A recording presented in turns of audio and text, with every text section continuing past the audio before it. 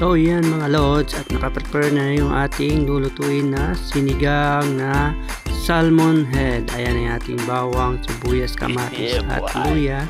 At siyempre nilagyan na natin yung ating kawali at nilagyan na natin ng mantika. At unahin natin siyempre yung ating luya para murahin lang sa sibuyas, bawang. At susunod na natin siyempre yung kamatis. Ayan. Para mag-mix yung kanilang lasa at saka yung pagkakasingkot o ginisa. Ayan, haluhaluin lang natin yan para hindi siya masyadong masunog yung bawang.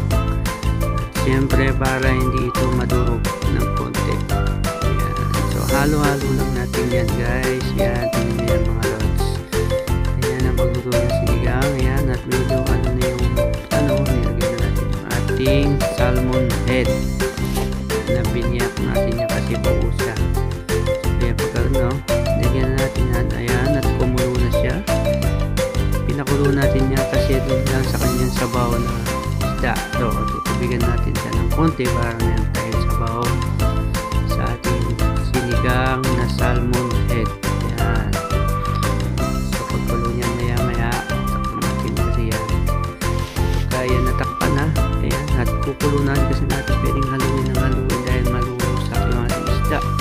Siyempre, ilalagay natin yung ating gulay. Ayan, tutakpan na natin siya.